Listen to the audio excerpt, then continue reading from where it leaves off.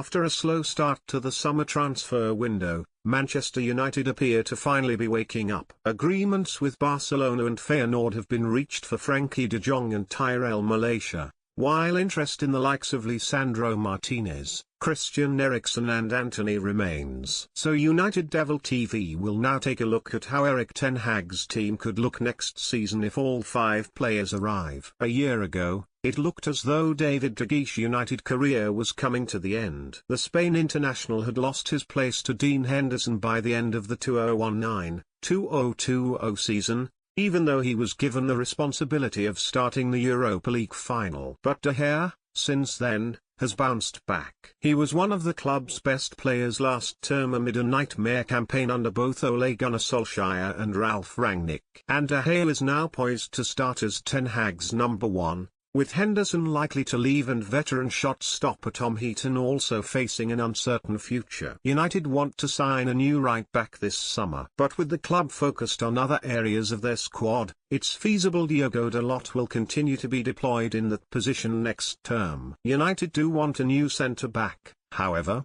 with Ajax star Martinez one of the players currently under consideration. As established above, the Red Devils have agreed a fee with Feyenoord when it comes to securing the signing of Malacia. Both the Netherlands international and Martinez could be deployed in a back 4, with Dalot and Rafael Varane also starting. While United have high hopes Bruno Fernandes can rediscover his best form, it's possible he'll find himself on the bench if he's unable to improve. And Eriksen could then slot in at number 10, with the Denmark international set to make a final decision on a move to Old Trafford imminently. Brentford are also hoping to land the 30-year-old, who spent a brief period at the Community Stadium last season. Behind Eriksen, United would then deploy De Jong, with the Netherlands international likely to join from Barcelona by the end of the week. And they may then partner De Jong with former Ajax teammate Donny van de Beek, who is set to be given a lifeline by Ten Hag after struggling over the past 2 years. If United do land Antony, it's expected he'll play on the right wing. The club have struggled in that department in recent years,